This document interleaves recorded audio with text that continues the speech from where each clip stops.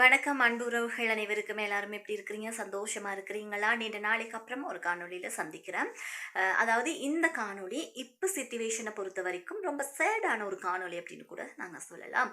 Already நம்மளோட சேனல்ல நான் ஒரு வீடியோ ஒன்று பப்ளிஷ் பண்ணியிருப்பேன். 2027ஆம் ஆண்டிலிருந்து 2029ஆம் ஆண்டுக்குள்ள அஸ்வஸ்ம கொடுப்பனவை வந்து ஸ்டாப் பண்ண போறாங்க அப்படிங்கிற ஒரு செய்தி வெளியிடப்பட்டிருந்துச்சு. அதை நான் உங்களுக்கு வந்து பப்ளிஷ் பண்ணியிருப்பேன் நம்மளோட சேனல்லையுமே.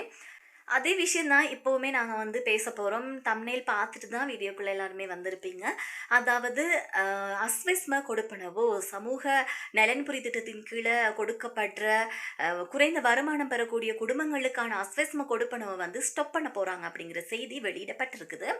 இதன் அடிப்படையில கிராமிய அபிவிருத்தி, சமூக பாதுகாப்பு மற்றும் சமூக வலுவூட்டல் பிரதியமைச்சர் வசந்த பியதிச வெளியிட்ட தகவலின் அடிப்படையில இந்த ஆண்டு இறுதிக்குள்ள சுமார் 4 லட்சம் குடும்பங்கள் இந்த திட்டத்திலிருந்து வெளியேற்றப்படணும் அப்படிங்கிற மாதிரி சொல்லப்பட்டிருக்குது. 2027ஆம் ஆண்டுல மேலும் 4 லட்சம் குடும்பங்களை வந்து நீக்கிறதுக்கு திட்டமிடப்பட்டிருக்குதாம். அதோடு மட்டும் கிடையாது, 2028ஆம் ஆண்டை பொறுத்த வரைக்கும் அந்த ஆண்டோட இறுதிக்குள்ள ரொம்பவே ஏழ்மையான பிரிவை தவிர மற்ற எல்லாமே இந்த திட்டத்திலிருந்து நீக்கப்படணும் அப்படின்னு சொல்லி சர்வதேச நாணய நிதியத்தின் நிபந்தனை அப்படிங்கிறதையும் சுட்டிக்காட்டி இருக்கிறாங்க. 2030ஆம் ஆண்டுக்குள்ள குறைஞ்ச வருமானம் பெறக்கூடிய குடும்பங்களோட வாழ்வாதாரத்தை மேம்படுத்தி அவங்கள வறுமையிலிருந்து முழுமையா மீட்கிறது தான் அரசாங்கத்தோட நீண்டகால நோக்கமா இருக்கு அப்படிங்கிறதும் சுட்டிக்காட்டப்பட்டிருக்குது.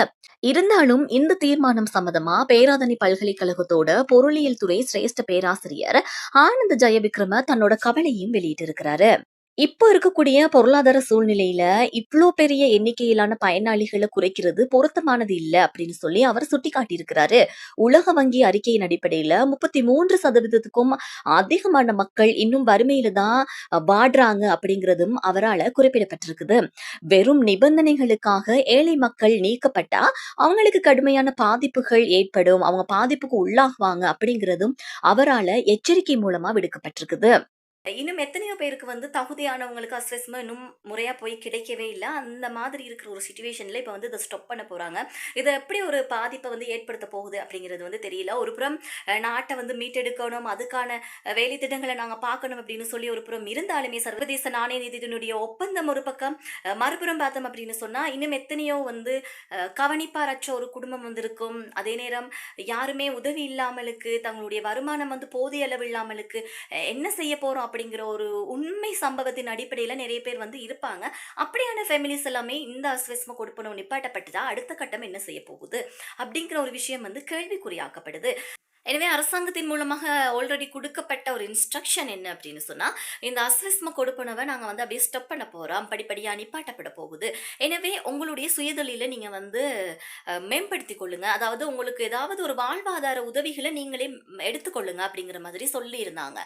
அது என்ன காரணம் அப்படின்னு சொன்னா, இப்ப அஸ்வஸ்ம கொடுப்பனவ நிப்பாட்டிட்டோம் அப்படின்னு சொன்னா, இப்ப வார அஸ்வஸ்ம வச்சு நீங்க யாராவது ஒரு சுயதொழில் செய்ய முடியுமா? ஏதாவது ஒரு வேலை செய்யக்கூடியவங்க அதுக்கான விஷயங்கள வந்து படிப்படியா வச்சுக்கொள்ளுங்க.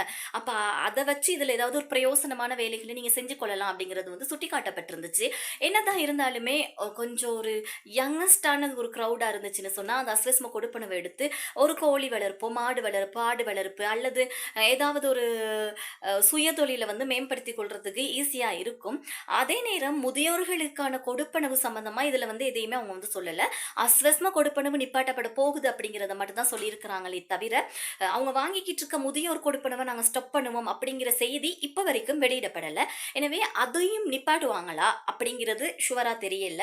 இன்கேஸ் அத வந்து தனியா இவ்வளவு நாள் வாங்கிக்கிட்டு இருந்த முதியோர்களுக்கான கொடுப்பனவோட சேர்த்து குடுக்க போறாங்களா அப்படிங்கிறதுமே வந்து இப்ப வரைக்குமே சொல்லல. எந்த ஒரு விஷயமே உறுதியான தகவல் வந்தா மட்டும் தான் சொல்லேலும். எனவே முதியோர்கள் யாருக்காவது கவனிக்கிறதுக்கு ஆட்கள் இல்லாம கைவிடப்பட்ட நிலையில இருக்கிறவங்க, தங்களுடைய அன்றாட வேலையை செய்து கொள்ள முடியாம ரொம்ப சிரமப்படுறவங்க யாரும் இருந்தாங்கன்னா, அவங்களுமே வந்து ரொம்பவே பாதிப்புக்கு உள்ளாக்கப்படுவாங்க. அதுல எந்த மாற்றமும் கிடையாது. ஸோ இதுக்கு ஏதாவது மாற்று வழி இருக்கா அப்படின்னு சொன்னா, அது அரசாங்கத்தினூடாக எடுக்கப்பட வேண்டிய ஒரு மாற்று வழியா மட்டும் தான் இருக்கும். கண்டிப்பா அரசாங்கத்தின் அடுத்த கட்ட அதிரடி நடவடிக்கை எப்படி இருக்க போகுது, நகர்வு எப்படி இருக்க போகுது அப்படிங்கிறதெல்லாம் தெரிஞ்சுக்கிறதுக்கு நம்ம சேனலோட இணைஞ்சிருங்க. சேனல சப்ஸ்கிரைப் பண்ணாதவங்க யாரும் இருந்தா சப்ஸ்கிரைப் பண்ணிக்கொள்ளுங்க. ஏன் அப்படின்னு சொன்னா, உடனடியா நாங்க போடுற வீடியோஸ் வந்து உங்களுக்கு கிடைக்கும். அது தெளிவுபடும் அப்படின்னு நான் நினைக்கிறேன். ஏன்னா நீங்க கமெண்ட்ல வந்து எப்படியுமே கேட்கறதுக்கு வாய்ப்பு இருக்கு. நாங்க ரொம்ப வறுமையா இருக்கிறோம். பேரண்ட் யாரும் இல்ல. சிங்கிள் மதர், சிங்கிள் அப்படி விடோ அப்படியெல்லாம் இருக்கிறவங்க தானே. ஸோ அதனால அப்படி இருக்கிறவங்க எங்களுக்கு வேற எந்த உதவியும் இல்லையா அப்படின்னு கேட்டீங்கன்னா, கண்டிப்பா இப்போதைக்கு இது மட்டும் தான் உங்களுக்கு சொல்லலாம். நீங்க அந்த எடுத்த காச வச்சு இப்போதைக்கு கொஞ்சம் கொஞ்சமா உங்களுடைய சுயதொழில் ஏதாவது செய்துக்கலாமா? இல்ல இந்த காச வச்சு உங்களுடைய வருமானத்த வேற எந்த வழியிலயாவது ஈட்டிக் கொள்ளலாமா? அப்படிங்கிறது ஏதாவது நீங்க செஞ்சா மட்டும் தான் உண்டு. ஆனா நீங்க சில நேரங்கள்ல யோசிக்கிறது எனக்கு விளங்குது. எங்களுக்கே வந்து வருமானம் எந்த வழியிலயுமே இல்ல அப்படிங்கிறதுக்காக தான் இந்த உதவித்தொகையை நாடி நாங்க இருக்கிறோம். இதுல வார காசு எங்களுக்கு போதல்ல. இத வச்சே எங்க குடும்பத்த வந்து ரன் பண்ணி கொள்ள முடியல. இத வச்சு நாங்க என்னத்த இன்வெஸ்ட் பண்ணி, என்ன சுயதொழில செய்ய போறோம் அப்படின்னு நீங்க யோசிக்கலாம்.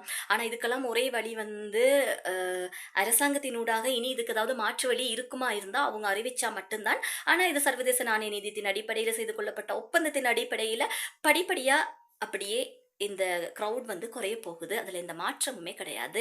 ஸோ இதுக்கு வேற ஏதாவது என்ன பண்ணலாம் அப்படின்னு சொல்லி மக்களாகிய நாங்க எங்கள்ட இருந்து என்ன தாட்ஸ் எழுது அப்படிங்கிறத வந்து நீங்க கமெண்ட்ல பதிவிடுங்க.